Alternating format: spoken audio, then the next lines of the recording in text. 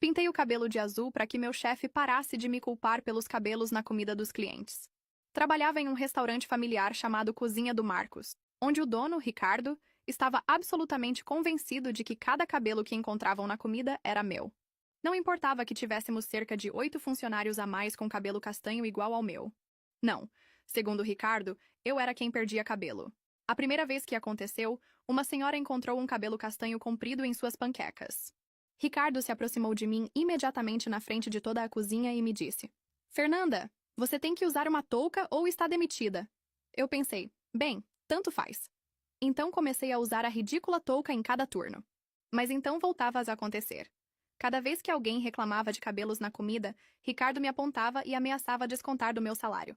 Eu repetia uma e outra vez que não era eu porque, bem, eu usava touca. Mas ele apenas balançava a cabeça e dizia que eu estava sendo descuidada. Os outros garçons começaram a me olhar estranho, como se eu fosse algum tipo de infratora de saúde. O ponto alto chegou num sábado de manhã. Com pressa. Um homem de negócios pediu ovos Benedict e encontrou não um, mas 3 cabelos castanhos emaranhados em seu molho holandês. Estava furioso e ameaçou chamar a vigilância sanitária. Ricardo irrompeu na cozinha, com o rosto vermelho e suado, e me gritou na frente de todos: Fernanda, acabou. Mais uma reclamação por cabelo e você vai embora. Estava tão frustrada que quase chorei ali mesmo. Sabia com certeza que aqueles cabelos não eram meus porque usava o cabelo preso em um coque apertado sob aquela estúpida touca. Mas Ricardo não percebia. Foi então que notei algo que me encheu de raiva. Júlia, uma das cozinheiras, estava de pé bem atrás da grelha com sua longa juba castanha completamente solta, sem nem mesmo um rabo de cavalo à vista. Não usava nenhum tipo de proteção para o cabelo. Mas aqui está o truque. Ricardo não dirigiu uma palavra a ela porque era sua sobrinha. Naquela noite fui à farmácia e comprei a tinta azul mais brilhante que encontrei, como um azul elétrico daqueles que gritam: olhem para mim, do outro lado da sala. Tingi toda a cabeça no pequeno banheiro do meu apartamento, deixando manchas azuis por toda a pia e provavelmente no meu depósito de segurança. Na segunda-feira de manhã cheguei ao trabalho com cara de punk. Ricardo me olhou estranhamente, mas não disse nada. Coloquei a touca como sempre e comecei a trabalhar.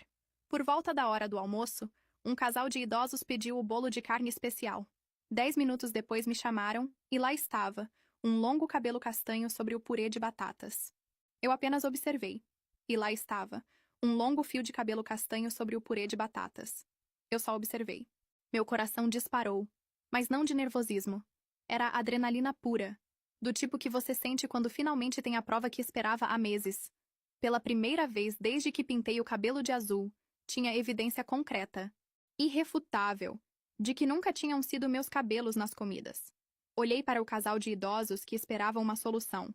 A senhora tinha cara de nojo, empurrando o prato para o lado. O marido balançava a cabeça, claramente decepcionado. Normalmente eu chamaria Ricardo discretamente. Ele viria à mesa, me humilharia na frente dos clientes. E eu engolia mais uma vez. Mas hoje seria diferente. Senti que minhas mãos tremiam. Não de medo, mas de expectativa. Peguei o prato com cuidado, como se fosse uma evidência criminal preciosa. Porque era exatamente isso que representava. A prova da minha inocência e da hipocrisia sistemática que eu vinha sofrendo. Caminhei lentamente até o balcão, onde Ricardo estava revisando alguns pedidos. Percebi que os outros funcionários notaram algo diferente na minha postura. Carla, a garçonete mais antiga, me olhou com curiosidade. João, o cozinheiro, levantou a cabeça da grelha. E Júlia? Júlia estava lá, trabalhando na chapa com seus cabelos castanhos soltos balançando livremente, sem nenhuma preocupação com a higiene. Nem sequer percebeu o que estava prestes a acontecer. Respirei fundo, sentindo o peso do momento. Meses de humilhação pública. Meses de ser tratada como uma funcionária problemática. Meses de ter minha competência questionada por algo que jamais havia feito. Tudo isso estava prestes a acabar. Parei bem no centro do salão, onde todos os clientes podiam me ver e me ouvir. O restaurante estava cheio para o almoço de segunda-feira. Perfeito. Mais testemunhas? Melhor. Ricardo! Gritei, com voz calma mais alta o suficiente para que metade dos clientes ouvisse. Preciso que você venha aqui resolver mais um dos meus problemas com cabelo na comida. Ele se aproximou com aquela confiança arrogante de sempre, já preparando o discurso de sempre. Podia ver em seus olhos que estava pronto para mais uma humilhação pública da Fernanda irresponsável. Deixe-me adivinhar. Disse alto para que os clientes ouvissem. Você se esqueceu de prender o cabelo corretamente de novo? Foi quando fiz o movimento que mudaria tudo. Dramaticamente, com gestos bem lentos e deliberados, tirei minha touca. Meu cabelo azul elétrico caiu pelos meus ombros como uma cascata de rebeldia. O silêncio que se seguiu foi ensurdecedor. Ricardo ficou literalmente boquiaberto. Alguns clientes soltaram os garfos. Até a música ambiente pareceu parar. Apontei para o fio castanho no prato, mantendo contato visual com Ricardo. Me explica como meu cabelo castanho está nesta comida, Ricardo. Seu rosto passou do vermelho ao branco em questão de segundos. Abriu e fechou a boca várias vezes, como um peixe fora d'água. Os clientes começaram a murmurar entre si, alguns tirando os celulares para filmar o drama que se desenrolava. Estou esperando, continuei, mantendo a voz calma, mas firme. Como é que meu cabelo azul virou castanho neste prato? Foi então que Júlia finalmente percebeu o que estava acontecendo. Me olhou, depois para Ricardo, depois para seu próprio cabelo solto, e numa tentativa desesperada de passar despercebida, começou a procurar uma touca. Mas já era tarde demais. Vocês estão vendo isso? Anunciei para todo o restaurante, girando para mostrar meu cabelo azul para todos os clientes. Durante meses fui culpada por algo que nunca fiz. Agora todos vocês são testemunhas da verdade. Ricardo ainda gaguejava, tentando encontrar uma explicação. Bem, você... talvez seja de antes? Quando eu ainda o quê? Ricardo, interrompi. Quando meu cabelo ainda era castanho.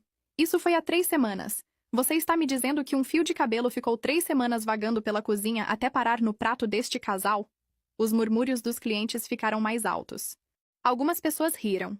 Outras expressaram indignação. Estava ganhando a audiência. Tirei meu celular e comecei a gravar tudo. Pessoal, vocês não vão acreditar no que estou prestes a mostrar. Comecei uma transmissão ao vivo no Instagram. Meu nome é Fernanda. E durante meses fui humilhada publicamente pelo meu chefe, que me culpava por todos os cabelos encontrados na comida dos clientes. Mostrei meu cabelo azul para a câmera. Depois o fio castanho no prato. E então Ricardo, ainda completamente perdido. Este é Ricardo, meu chefe, que ainda não conseguiu me explicar como meu cabelo azul virou castanho neste prato. As visualizações começaram a aumentar rapidamente. Os comentários de apoio começaram a aparecer. Vai, Fernanda! Exponha esse chefe abusivo! Justiça para a garota do cabelo azul! Os clientes começaram a se levantar e ir embora sem pagar. Alguns expressaram nojo pelas condições sanitárias. Uma mulher disse em voz alta: se não sabem nem de onde vêm os cabelos na comida, imaginem o que mais pode estar errado aqui. E esta, continuei, virando a câmera para Júlia, que tentava se esconder atrás da chapa. É Júlia, sobrinha do Ricardo, que trabalha sem touca há meses, enquanto eu era humilhada diariamente. O vídeo já tinha centenas de visualizações, e os comentários não paravam de chegar. As hashtags começaram a aparecer. Cabelo azul justiça, justiça, para Fernanda, restaurante tóxico. Ricardo finalmente tentou tomar controle da situação. Fernanda, pare com isso agora ou você está demitida. Eu ri. Literalmente ri na cara dele. Me demitir? Ricardo percebeu que estava perdendo o controle. Todos vocês estão demitidos, gritou. Todos. Perfeito, respondi. Porque assim você pode explicar para seus clientes restantes, se sobraram alguns, como vai funcionar o restaurante sem funcionários. O vídeo continuava ganhando força. Influenciadores locais começaram a compartilhar. Críticos gastronômicos da cidade expressaram horror nos comentários. A mídia local começou a mandar mensagens pedindo entrevistas. Em menos de 1 hora, tinha passado de funcionária humilhada para celebridade local. E Ricardo? Ricardo estava descobrindo que suas ações tinham consequências. Consequências que jamais imaginou que pudessem vir de alguém que considerava insignificante. Mas isso era só o começo. O que não sabia era que uma jornalista investigativa local estava entre os espectadores da transmissão ao vivo, e ela estava muito interessada em saber mais sobre as práticas trabalhistas da cozinha do Marcos. 2 horas depois, meu celular não parava de tocar. As mensagens de apoio chegavam aos milhares. As pessoas compartilhavam suas próprias histórias de chefes abusivos. O vídeo tinha viralizado não só localmente, mas nacionalmente. Patrícia, da Cacad News, foi a primeira jornalista a me ligar. Fernanda, vi sua transmissão ao vivo. Gostaria de fazer uma reportagem mais profunda sobre o que você viveu no restaurante. Posso ir te ver? Aceitei imediatamente. Já não se tratava só de mim. Se tratava de todos os funcionários que sofrem abuso silencioso todos os dias.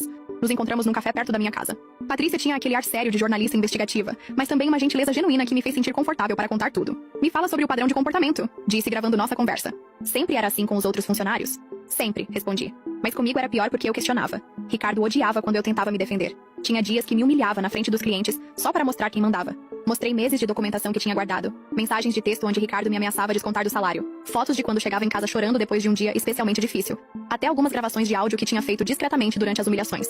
Você sabia que isso poderia trazer problemas legais pra ele? Perguntou Patrícia, folheando minhas anotações. Suspeitava, mas não sabia o que fazer. Preciso do emprego, sabe? Ou precisava. Agora nem sei se ainda tenho trabalho. Patrícia riu. Pelo que vi no vídeo, acho que essa é a menor das suas preocupações agora. Me contou que já tinha entrevistado 3 ex-funcionários do restaurante que confirmaram o padrão de abuso. Todos tinham histórias similares. Favorecimento para Júlia, humilhação pública para quem questionasse e ameaças constantes de demissão. Tem mais, disse. Recebi uma denúncia anônima de que o restaurante tem problemas sérios com a vigilância sanitária. Aparentemente não é só a questão dos cabelos. Meu estômago se revirou. Que tipo de problemas? Temperatura inadequada de alimentos, registros de limpeza falsificados, equipamentos de segurança em péssimo estado. A pessoa que me contatou diz que Ricardo instruía os funcionários a mentir durante as inspeções.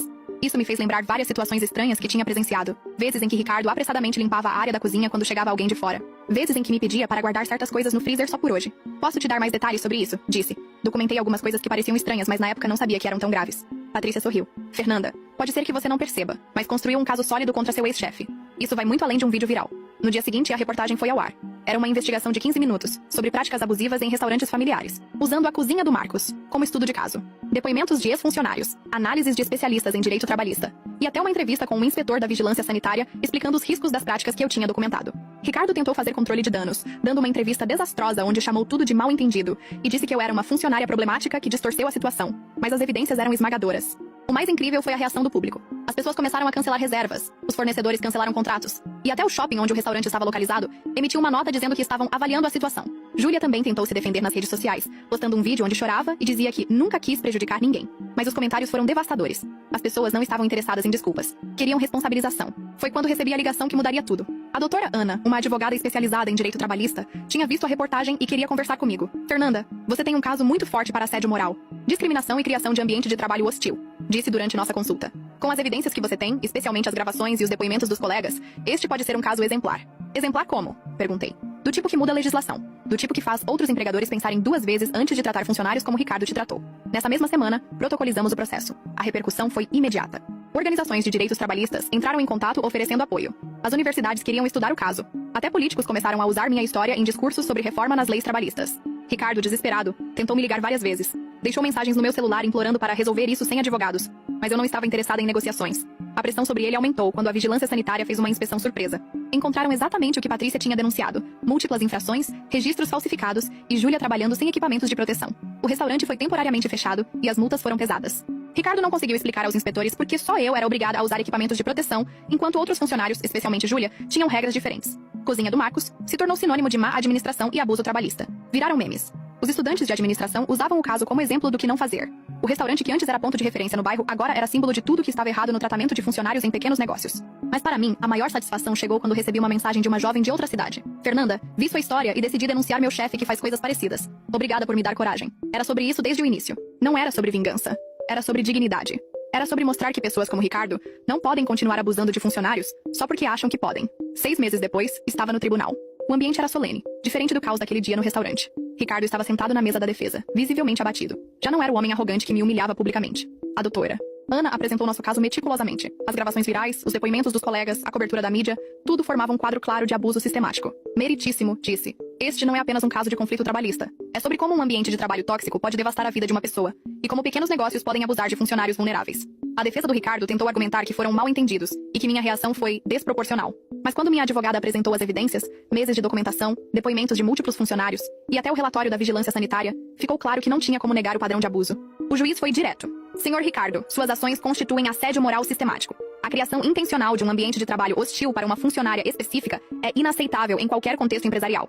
Ganhei o processo. A indenização foi substancial, suficiente para compensar não só os danos materiais, mas especialmente os danos morais. O juiz citou especificamente o caso como exemplo de como comportamentos aparentemente pequenos podem ter impactos devastadores na vida dos funcionários. Ricardo foi forçado a vender sua casa para pagar a indenização e as multas da vigilância sanitária. O restaurante nunca mais reabriu. Júlia conseguiu emprego em outro lugar, mas sua reputação também foi manchada pela associação com o caso.